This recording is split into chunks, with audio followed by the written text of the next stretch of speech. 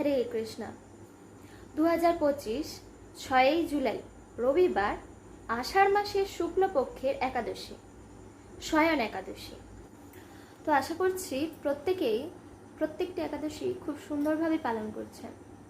আর যারা একাদশী এখনো পর্যন্ত পালন করছেন না, তারা কিন্তু এই শয়ন একাদশী থেকেই একাদশী পালন করতে শুরু করুন। তো কিভাবে পালন করবেন না, যারা একাদশী পালন করবেন এবং যারা আমিষ আহার গ্রহণ করেন, তারা কিন্তু একাদশীর দুদিন আগে থেকেই নিরামিষ আহার গ্রহণ করবেন এবং একাদশীর দিন ফলমূল গ্রহণ করে একাদশীর ব্রত পালন করবেন। এবং একাদশীর দিন কিন্তু একাদশীর মাহাত্ম্য অতি অবশ্যই পাঠ বা শ্রবণ করবেন। তো পরের দিন যে নির্দিষ্ট টাইম থাকে, ওই নির্দিষ্ট টাইমের মধ্যেই পালন করবেন। তো এভাবেই সবাই একাদশীর ব্রত পালন করুন। শয়ন একাদশীর মাহাত্ম্য। মহারাজ যুধিষ্ঠির বললেন, হে কৃষ্ণ, আষাঢ় মাসের শুক্লপক্ষের একাদশীর নাম কি? এর মহিমাই বা কি, তা আমাকে কৃপা করে বলুন। শ্রীকৃষ্ণ বললেন, ব্রহ্মা এই একাদশীর সম্পর্কে দেবশ্রী নারদকে যা বলেছিলেন, আমি সেই আশ্চর্যজনক কথা আপনাকে বলছি। শ্রী ব্রহ্মা বললেন, হে নারদ, এ সংসারে একাদশীর মতো পবিত্র আর কোনো ব্রত নেই। সকল পাপ বিনাশের জন্য এই বিষ্ণু ব্রত পালন করা একান্ত আবশ্যক। যে ব্যক্তি এই প্রকার পবিত্র পাপনাশক এবং সকল অভীষ্ট প্রদাতা একাদশী ব্রত না করে তাকে নরকগামী হতে হয়। আষাঢ়ের শুক্লপক্ষের এই একাদশী শয়নী নামে বিখ্যাত। শ্রী ভগবান ঋষিকেশের জন্য এই ব্রত পালন করতে হয়। এই ব্রতের সম্বন্ধে এক মঙ্গলময় পৌরাণিক কাহিনী আছে, আমি এখন তা বলছি। বহু বছর পূর্বে সূর্যবংশে মান্ধাতা নামে একজন রাজা ছিলেন। তিনি ছিলেন সত্য প্রতিজ্ঞ এবং প্রতাপশালী চক্রবর্তী রাজা। প্রজাদেরকে তিনি নিজেদের সন্তানের মতো প্রতিপালন করতেন। সেই রাজ্যে কোনো রকম দুঃখ, রোগ, ব্যাধি, দুর্ভিক্ষ, আতঙ্ক, খাদ্যাভাব অথবা কোনো অন্যায় আচরণ ছিল না। এইভাবে বহুদিন অতিবাহিত হলো। কিন্তু এক সময় হঠাৎ দৈব দুর্বিপাকে ক্রমাগত 3 বছর সে রাজ্যে কোনো বৃষ্টি হয়নি। দুর্ভিক্ষের ফলে সেখানে দেবতাদের উদ্দেশ্যে দান মন্ত্রের স্বাহা, সধা ইত্যাদি শব্দও বন্ধ হয়ে গেল। এমনকি বেদপাঠও ক্রমশ বন্ধ হলো। তখন প্রজারা রাজার কাছে এসে বলতে লাগলো, মহারাজ, দয়া করে আমাদের কথা শুনুন। শাস্ত্রে জলকে নার বলা হয়, আর সেই জলে ভগবানের অয়ন অর্থাৎ নিবাস। তাই ভগবানের এক নাম নারায়ণ। মেঘরূপে ভগবান বিষ্ণু সর্বত্র বাড়ি বর্ষণ করেন। সেই বৃষ্টি থেকে অন্ন এবং অন্ন খেয়ে প্রজাগণ জীবন ধারণ করেন।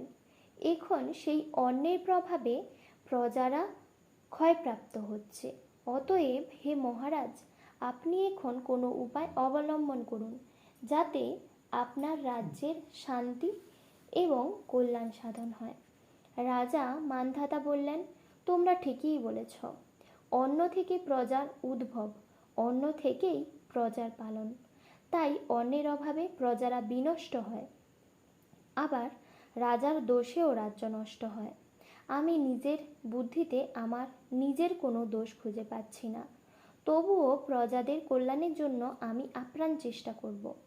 তারপর রাজা ব্রহ্মাকে প্রণাম করে সৈন্যসহ বনে গমন করলেন। সেখানে প্রধান প্রধান ঋষিদের আশ্রমে ভ্রমণ করলেন। এভাবে একদিন তিনি ব্রহ্মার পুত্র মহাতেজস্বী অঙ্গিরা ঋষির সাক্ষাৎ লাভ করলেন।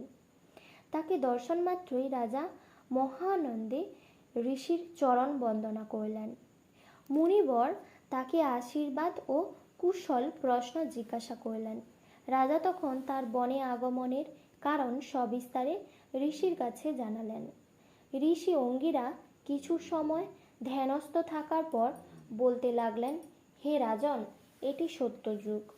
এই যুগে সকল লোক বেদ পরায়ণ এবং ব্রাহ্মণ ছাড়া অন্য কেউ তপস্যা করে না। এই নিয়ম থাকা সত্ত্বেও এক শূদ্র এ রাজ্যে তপস্যা করছে। তার এই অকার্যের জন্যই রাজ্যের এই দুর্দশা। তাই তাকে হত্যা করলেই সকল দোষ দূর হবে। রাজা বললেন, হে মুনিবর, তপস্যাকারী নিরপরাধ ব্যক্তিকে আমি কিভাবে বধ করব? আমার পক্ষে সহজসাধ্য অন্য কোনো উপায় থাকলে আপনি তা দয়া করে আমাকে বলুন। তদুত্তরে মহর্ষি অঙ্গিরা বললেন, আপনি আষাঢ় মাসের শুক্লপক্ষের শয়নী নামে প্রসিদ্ধা একাদশীর ব্রত পালন করুন। এই ব্রতের প্রভাবে নিশ্চয়ই রাজ্যে বৃষ্টি হবে। এই একাদশী সর্বসিদ্ধি দাত্রী এবং সর্ব উপদ্রব্য নাশকারিণী। হে রাজন, প্রজা ও পরিবারবর্গ সহ আপনি এই ব্রত পালন করুন। মুনিবরের কথা শুনে রাজা নিজের প্রাসাদে ফিরে এলেন। আষাঢ় মাসের উপস্থিত হলে রাজ্যের সকল প্রজা রাজার সাথে এই একাদশীর ব্রতের অনুষ্ঠান করলেন। ব্রত প্রভাবে প্রচুর বৃষ্টিপাত হলো। কিছুকালের মধ্যেই অন্নাভাব দূর হলো। ভগবান ঋষিকেশের কৃপায় প্রজাগণ সুখী হলো। এ কারণে সুখ ও মুক্তি প্রদানকারী এই উত্তম ব্রত পালন করা সকলেরই অবশ্য কর্তব্য। ভবিষ্যোত্তর পুরাণে যুধিষ্ঠির শ্রীকৃষ্ণ তথা নারদ ব্রহ্মা সংবাদরূপে একাদশীর এই মাহাত্ম্য বর্ণিত হয়েছে। পরের দিন পালনের সময়সূচি।